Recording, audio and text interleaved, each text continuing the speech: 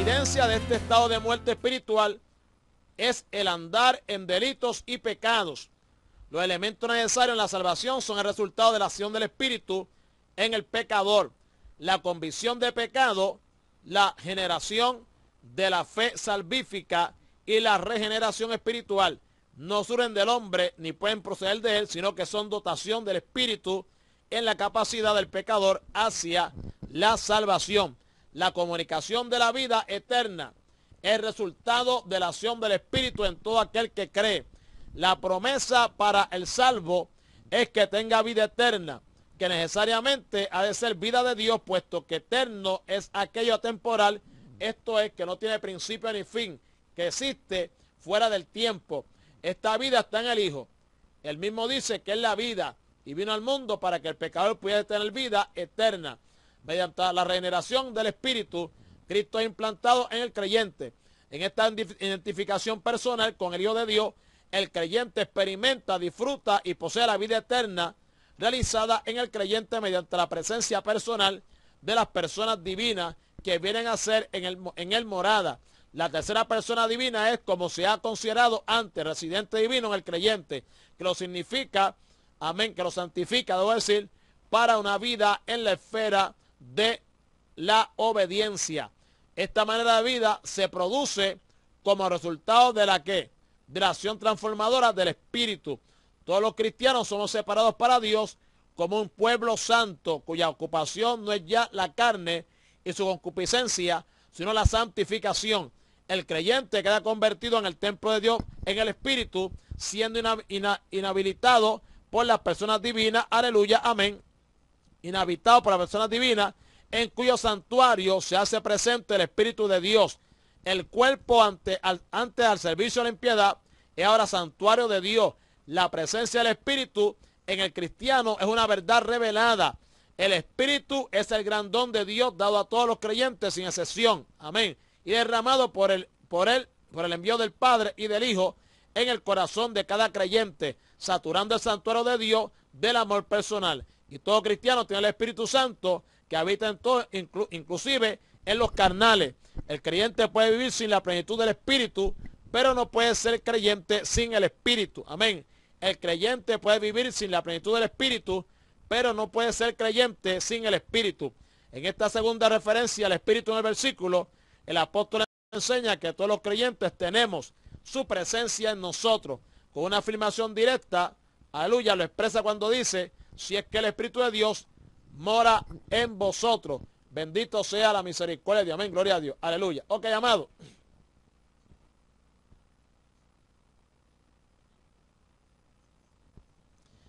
Una tercera referencia al Espíritu lo vincula con Cristo. Y si alguno tiene el Espíritu de Cristo, no es de él. Si alguno no tiene el Espíritu de Cristo, no es de él. La construcción cognitiva de la última cláusula determina la vinculación del Espíritu con Cristo. De ahí quien no tiene ese Espíritu no puede pertenecer a Cristo. El progreso de los calificativos es interesante. Primero el Espíritu, luego el Espíritu de Dios, finalmente el Espíritu de Cristo. Si en la segunda referencia se llama Espíritu de Dios por la relación de haber sido enviado por él, la tercera mención vincula al Espíritu con Cristo porque también es enviado de él. La Biblia llama al Espíritu Santo Espíritu de Cristo en varias ocasiones. La misión reveladora en los creyentes que comunica lo que siendo de Cristo debe ser conocido por ellos es una operación del Espíritu Santo. Alabado sea la misericordia de Dios. Por otro lado, la santificación del cristiano tiene que ver con la reproducción del carácter moral de Jesús en él, que no es otra cosa que el fruto del Espíritu. O sea, cuando hablamos del fruto del Espíritu, estamos hablando del carácter moral de Jesucristo. Amén, amado. Amén. Repito, cuando hablamos del fruto del Espíritu, estamos hablando del carácter moral de Jesucristo. Y se estudiará, ¿verdad?, más adelante, en este mismo capítulo, que es la predestinación que el Padre estableció para los creyentes, que seamos hechos conforme a la imagen de su Hijo. Mediante esta acción del Espíritu, el mundo puede que ver a Jesús en la vida de quienes son suyos. El testimonio de la vida de santificación no obedece al esfuerzo de los cristianos, sino a la acción poderosa del Espíritu de Cristo en ellos, que los conduce no tanto a hacer, aunque lo comprende, sino a andar, esto es, adoptar un estilo visible de vida en las obras que Dios preparó de antemano para ellos. La santificación a la que todos somos llamados y ha de ser nuestra principal ocupación no es asunto de fuerzas del creyente, sino de la fuerza del Espíritu en el creyente. La fuerza de la última cláusula está determinada por la afirmación apostólica que quien niega que quien no tenga, debo decir, el Espíritu de Cristo no es de él. Luego la recepción del Espíritu se produce necesariamente en el momento de la conversión. No se trata de experiencias posteriores para recibir primero la salvación o la justificación por la fe y luego el Espíritu. Si alguien no tiene esto, no ha recibido el Espíritu, amén, aleluya, no es salvo. Si alguien no tiene, esto es, no ha recibido el Espíritu, no es salvo. Ya se ha dicho bastante sobre la obra del Espíritu en la salvación. La posición de cada creyente con posesión divina es puesta manifiesta por el sello del Espíritu. No es posible salvación sin regeneración y no es posible regeneración sin operación y dotación del Espíritu que la lleva a cabo. Amén. Ningún creyente comienza a agradar a Dios a tiempo, oiga esto, ningún creyente comienza a agradar a Dios tiempo después de su nuevo nacimiento, sino a partir del instante en que se produce, siendo la vida que agrada a Dios aquella que depende del Espíritu y manifiesta su fruto en ella. Repito esto, escuche bien, hermanito querido, ningún creyente comienza a agradar a Dios después, oiga esto, agradar a Dios tiempo después de su nuevo nacimiento. Hello. Ningún creyente comienza a agradar a Dios tiempo después de su nuevo nacimiento. ¿Cuándo lo hace? Sino a partir del instante. ¿Qué significa instante? Hello. A partir del instante en que se produce, aleluya, amén, siendo la vida que agrada a Dios aquella que depende del Espíritu y manifiesta su fruto en ella. ¿Ve? Que no hay que esperar 45 años después que se convierte para que haya un frutito. Hermano, si no hay frutito es porque el Espíritu Santo no está en él. Amén, amado. Porque el fruto no es del hombre, el fruto es del Espíritu. A su nombre sea la gloria. Entonces, ¿qué pasa? Aquí está hablando de la palabra clave. Amén. Siendo la vida que agrada a Dios, aquella, amén, que depende del Espíritu, hermano, y manifiesta su fruto en ella, hermano. Hablamos del fruto del Espíritu, ¿cuál estamos hablando? Del carácter moral de Jesús. ¿Ve? Entonces, en otras palabras sería, aleluya, siendo la vida que agrada a Dios, aquella que depende del Espíritu y manifiesta el carácter de Cristo, el carácter moral de Cristo en ella, hermano. Pero ¿qué pasa? Hay que depender del Espíritu. Entonces, cuando se depende del Espíritu, significa que el Espíritu Santo tiene libertad para operar en ese nuevo creyente. Ahora, cuando uno se convierte entre comillas, o vamos a suponer que se convirtió, amén, de corazón, pero después de ahí no quiere depender del Espíritu, pues entonces lamentablemente hay que esperar, como digo ahorita, a los 45 años eso, para entonces ver un destellito de frutito. Amén. A su nombre sea la gloria. El fruto no se opera desde el exterior, sino desde el interior, por lo que la presencia del Espíritu se hace necesaria. Ve, amado, la vida victoriosa sobre la carne de la que el apóstol está ocupándose en esta parte de la epístola es solo posible por medio del Espíritu Santo. Si alguien manifiesta continuamente evidencias de estar controlado por la carne mediante la práctica habitual del pecado, tal vez nunca ha recibido el Espíritu, por tanto no es salvo. Sin duda hay una frontera muy sutil entre el creyente carnal y el no regenerado. Repito, sin duda hay una frontera muy sutil entre el creyente carnal y el no regenerado, sobre la que no se puede juzgar. Sin embargo, no debemos estar engañados, pues incluso una profesión religiosa no evidencia el nuevo nacimiento. No es una profesión, sino la obediencia a aquello que diferencia al salvo del no salvo. No es una profesión, amén, sino que la obediencia es aquello que diferencia al salvo del no salvo. Alabado sea la misericordia de Dios. Exacto, ¿verdad? Por lo tanto, cuando hablamos de que al instante es de inmediato. Amén, al punto, ahí. ¿Ve? Entonces, hoy en día la gente se convierte y lo menos que usted ve fruto. Entonces le dicen que es que eso es poco a poco. ¿Eh? Es que eso es poco a poco. Esto no es así. Entonces, como nosotros siempre decimos, pues ustedes se apartan y ahí no es poco a poco, ahí a las millas. ¿Eh? Se aparta ahora a las 8:30, un ejemplo, aparta a las 8:30, a las 9 está en la esquina bebiendo. Hello. Y fumando marihuana. Pero van acá, pero como para Dios es poco a poco y acá es rápido. A su nombre sea la gloria. Y es así. Por lo tanto, hermanos queridos, Pablo enseña enfáticamente que quien no tiene el Espíritu de Cristo no es de él. Por tanto, ha nacido salvo, permanece en sus delitos y pecados y está espiritualmente muerto. La verdad paulina es concreta. Nadie puede ser de Cristo sin haber sido dotado del Espíritu de Cristo. No hay segunda experiencia para recibir el Espíritu. Se recibe y por tanto se tiene en el momento en que se deposita la fe salvífica en la persona de Jesucristo. Esa es la causa de la pregunta del apóstol a los discípulos de Juan.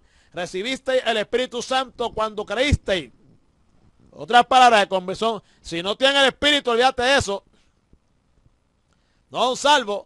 O sea, cuando Pablo pregunta en Hechos 19:2 a los discípulos de Juan, ¿recibisteis el Espíritu Santo cuando creísteis? ¿Ve? Le preguntó en otras palabras. Si no recibiste el Espíritu, alaba que eres bueno, amén. Es que para siempre, quiere decir que no se han convertido bien. Algo está malo aquí. Alaba. ¿Eh? Así que, hermano, es importante. La recepción del Espíritu Santo como don divino tiene lugar cuando se cree, por cuya presencia y obra se produce la regeneración. Amén.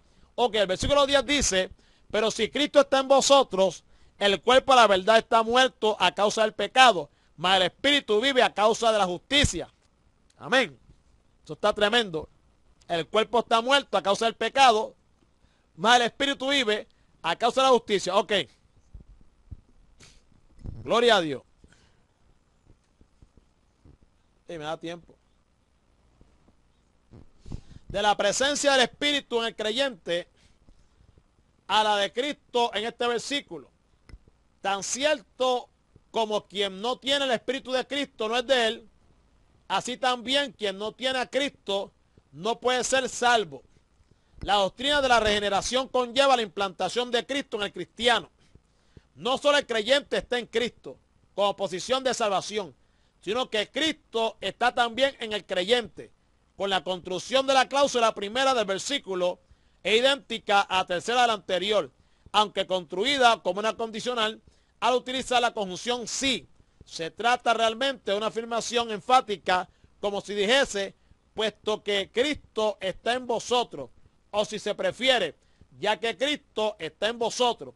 Sin duda la presencia potencial de Cristo en el creyente, en la experiencia de vivir su vida, es la consecuencia de la presencia del Espíritu Santo que lo hace posible, primero por vinculación y luego por poder transformador.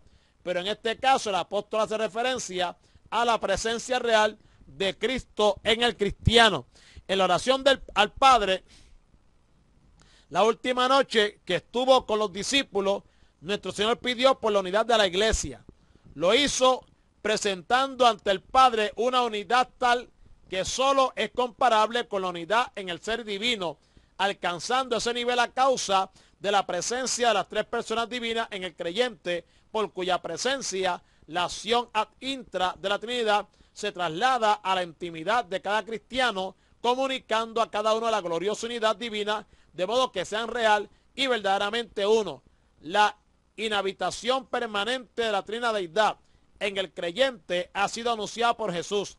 El que me ama, mi palabra guardará, y mi Padre le amará, y vendremos a él, y haremos morada con él. Juan 14:23.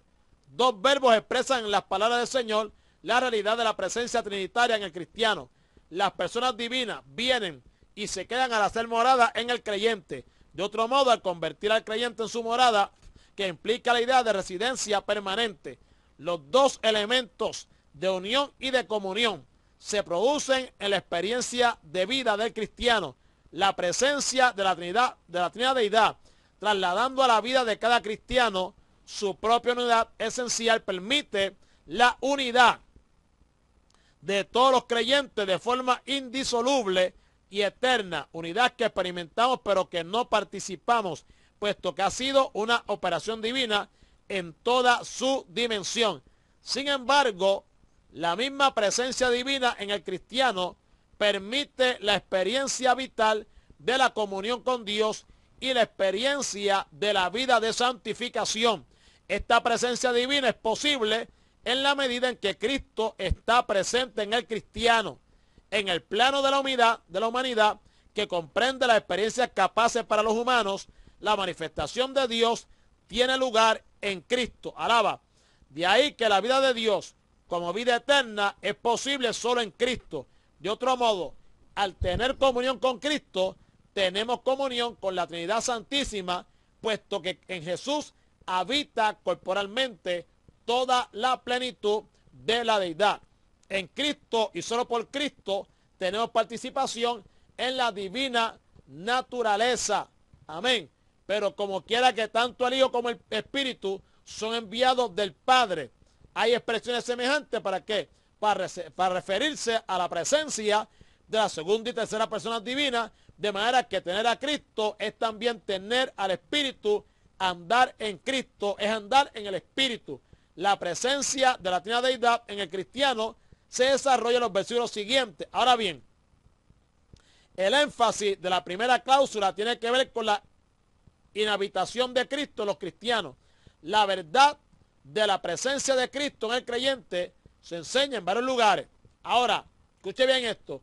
La presencia de Cristo no implica un cambio definitivo en relación con el cuerpo. Amén. La presencia de Cristo no implica un cambio definitivo en relación con el cuerpo. Si bien es cierto que el cuerpo, como parte constitutiva de la persona, ha sido comprado por precio y está redimido de la condenación, sigue bajo la influencia de la vía naturaleza que mora en él. En ese sentido, la redención plena del cuerpo se producirá en la glorificación, llevando mientras en sí mismo el germen del pecado que se manifiesta en la muerte física como consecuencia de él. Este cuerpo es un cuerpo mortal. Sin embargo, no está refiriéndose el apóstol tanto a este aspecto, que sin duda lo comprende, sino que alude a la muerte del cuerpo, leyéndose literalmente el texto griego. El cuerpo ciertamente muerto a causa del pecado. Amén, amado. Gloria al nombre del Señor. Y yo quiero leerlo acá en la Reina Valera, a ver cómo lo dice aquí. El verso número 10. Aleluya. La Reina Valera dice: pero si Cristo está en vosotros, el cuerpo en verdad está muerto a causa del pecado. Amén. Y entonces el griego dice: el cuerpo ciertamente muerto a causa del pecado. Por consiguiente, aquí debe entenderse el sentido de cuerpo como referido al cuerpo de pecado o carne de pecado. El cuerpo está muerto en el sentido de que por la identificación con Cristo, la pertenencia al pecado para obedecerlo está superada para el cristiano. Esa es la razón por la que el apóstol dirá también: con Cristo estoy juntamente crucificado. Amén. Con Cristo estoy juntamente crucificado. Amén. Alabanza el nombre de Jesús de Nazaret. Y ya no vivo yo, mas vive Cristo en mí. Y lo que ahora vivo en la carne, lo vivo en la fe del Hijo de Dios, el cual me amó y se entregó a sí mismo por mí. Cuando aquí dice a causa del pecado, está haciendo referencia al hecho de que Dios ha condenado el pecado en la carne.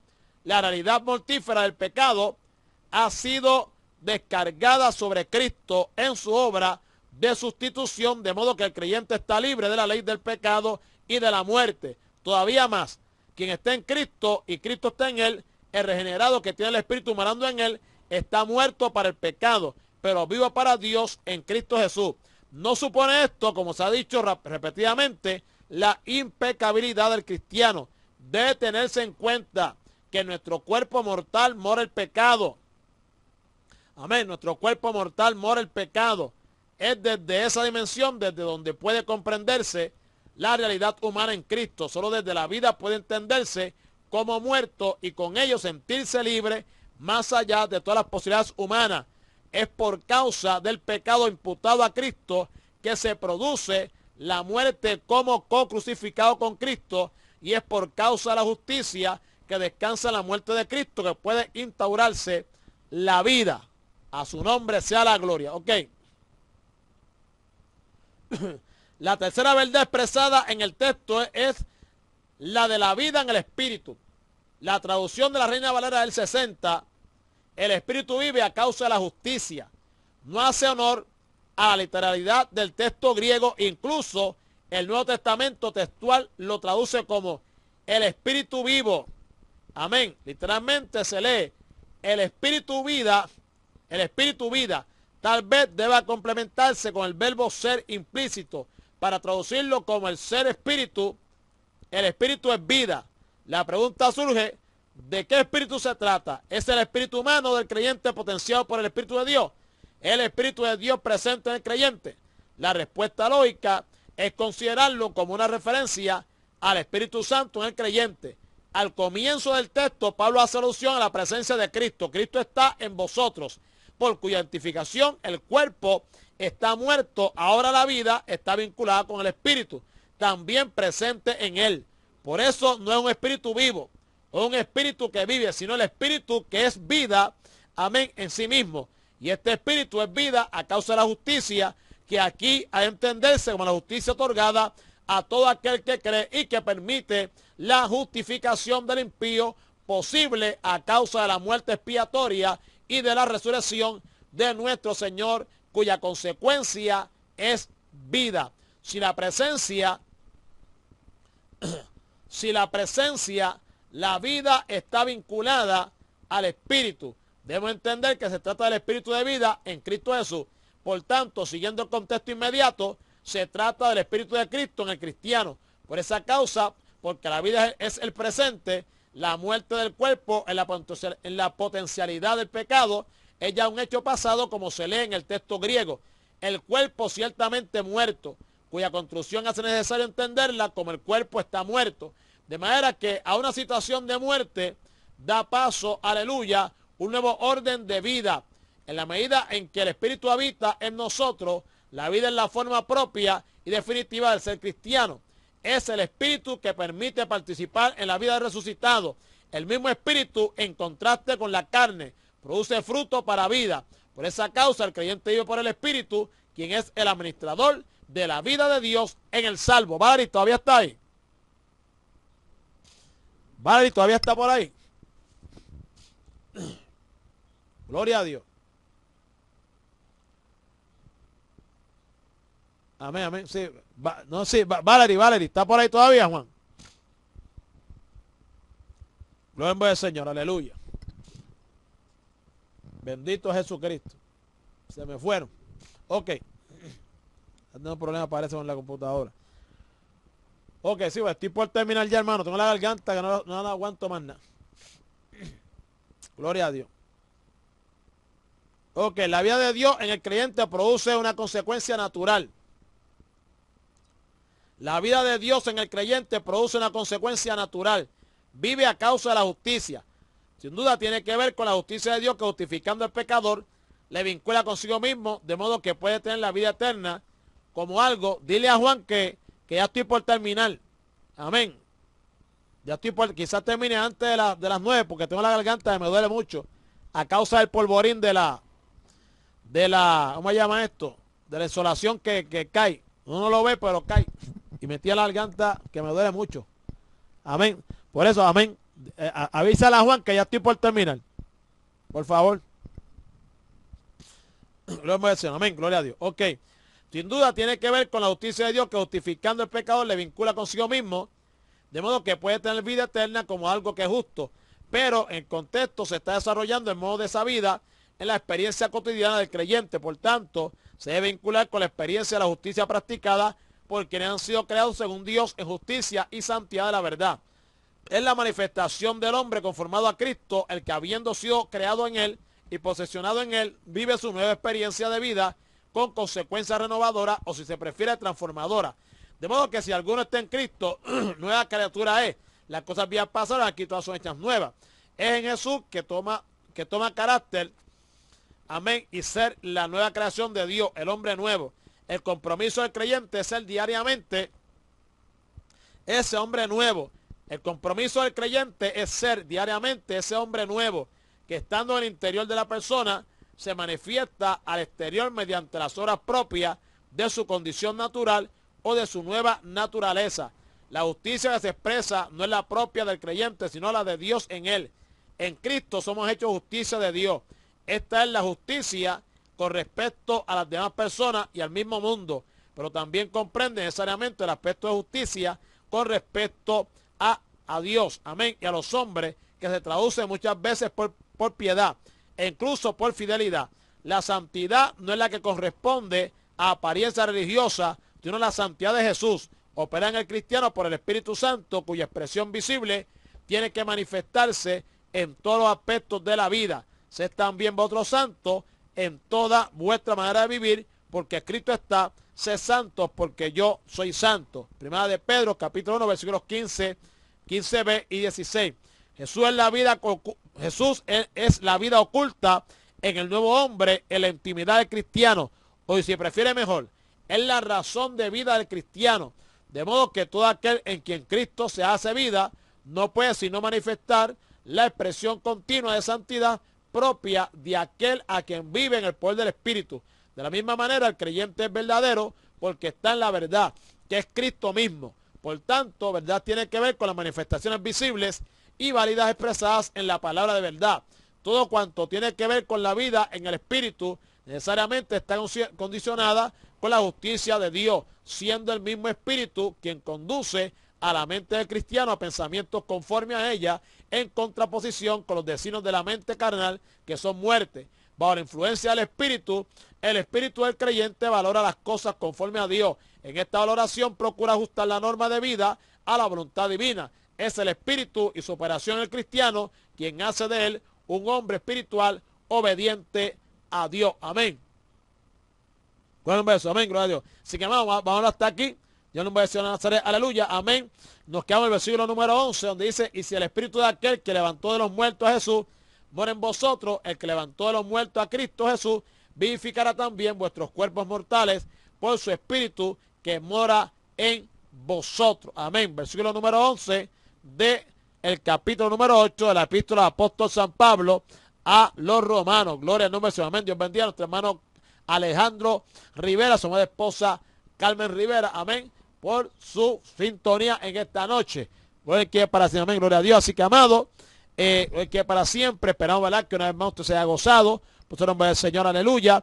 Ya se está terminando el libro y estamos tratando, amén, gloria al nombre de Jesucristo, de buscar, hermano, una fuente que nos enseñe, amén, nos hable sobre aleluya, la neumatología. ¿Qué es eso? Bueno, la neumatología es la doctrina, ¿verdad? Aleluya, sobre el Espíritu Santo, amén.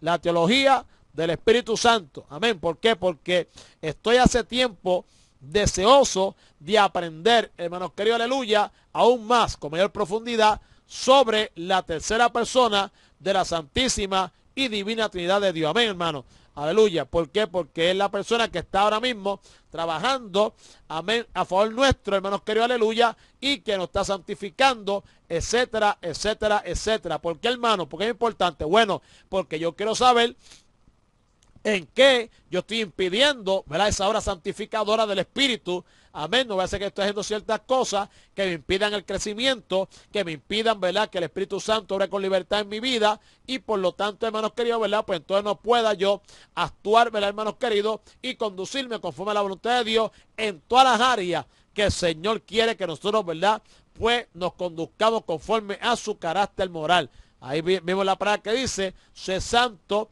amén, en toda vuestra manera de vivir, Amén, pues escrito está, sé santo, porque yo soy santo. Amén. Gloria al nombre del Señor. Así que, amado, es que para siempre, que esta noche Dios te bendiga mucho, Dios te guarde, por eso nombre del Señor, aleluya, amén. Y vamos rápidamente, hermanos queridos, aleluya, hasta la acción de oración para hacerles pedido y de así pasar los micrófonos allá a Filadelfia con nuestro hermano Juan Hegel y su programación Dios clama a la nación. Amén. Oramos al Señor. Padre nuestro, está en los cielos, te damos gracias, tú eres bueno, para siempre es tu misericordia, gracias por tu amor, gracias por tu bondad. Señor amado, ruego a ti, Dios del cielo, que tú continúes bendiciendo nuestras vidas, Señor. Bendice a mis hermanos, Rey de la Gloria. Bendice, amén, aleluya, a nuestro hermano Juan. Bendice esta emisora, cada